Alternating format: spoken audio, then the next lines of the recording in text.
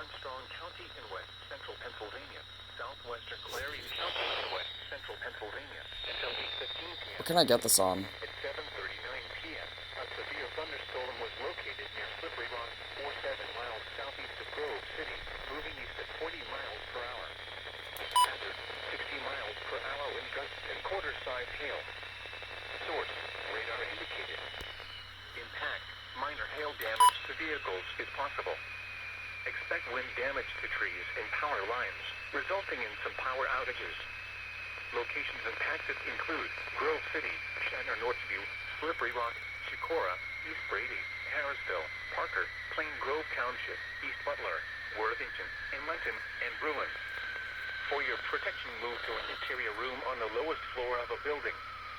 Please report severe weather by calling 412-262-1988, posting to the National Weather Service Pittsburgh Facebook page, or using Twitter at NWS Pittsburgh.